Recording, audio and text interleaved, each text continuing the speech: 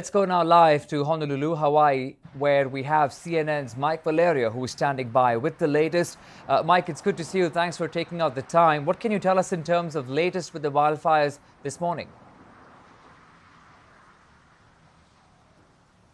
Well, Akshay, good morning to you. The sun just came up here over Hawaii, I'd say about a half hour ago. So these are the goals that are in mind as we start the day anew here at the beginning of Thursday. Now that we have daylight, crews are going to ascend above Maui once more to try to get a better sense of containment figures. I think it's pretty well established that we seem to be past the crescendo of this unprecedented disaster here across the Hawaiian Islands. And when you see those pictures of the towering flames, it seems as though those moments are behind us. There are certainly areas where there are flare-ups, but the objective now that we have daylight across the island chain will just be to see across Maui what is the scope of containment and the full scope of devastation. But meantime, we're about 130 kilometers away here in the heart of the central business district in Honolulu on a different island on Oahu. And the point of what's happening in our backdrop right here, this is a massive convention center, which is prepared to receive up to 2,000 people from Maui who perhaps may have nowhere else to go.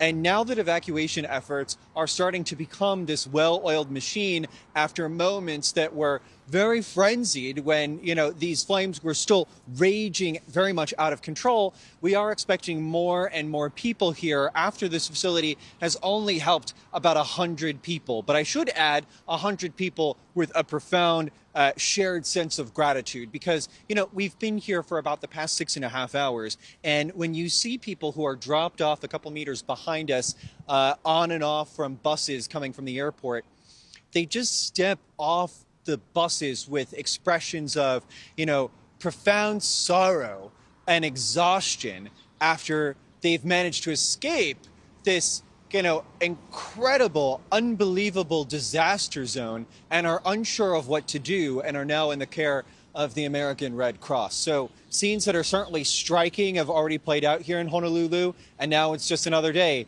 of helping out island neighbors here in Hawaii. Mike, as you've been pointing out, of course, there is large-scale devastation. We know that at least 36 people, have lost their lives.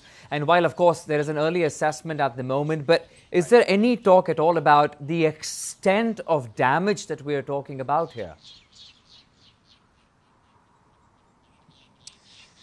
Well, I think that the, shared hymn that so many officials, like the Lieutenant Governor from Hawaii, and first responders are singing from is that they don't know the full extent just yet because the centers, the epicenters were too dangerous to wade into. I mean, we have new reporting out of CNN this morning that 57 people were rescued by the United States Coast Guard because they had to jump into the Pacific Ocean. They were chased by flames that made it that far to the beach line. So I think that, those are sort of the unbelievable circumstances that we're dealing with. So to answer your question, there seems to be no doubt that the death toll will unfortunately increase.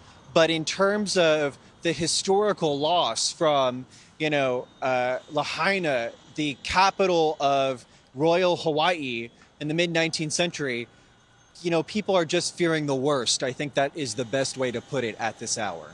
All right. We leave it at that for the moment. But of course, CNN's Mike Valerio reporting there from Hawaii with the latest. Appreciate that update, Mike. Thank you.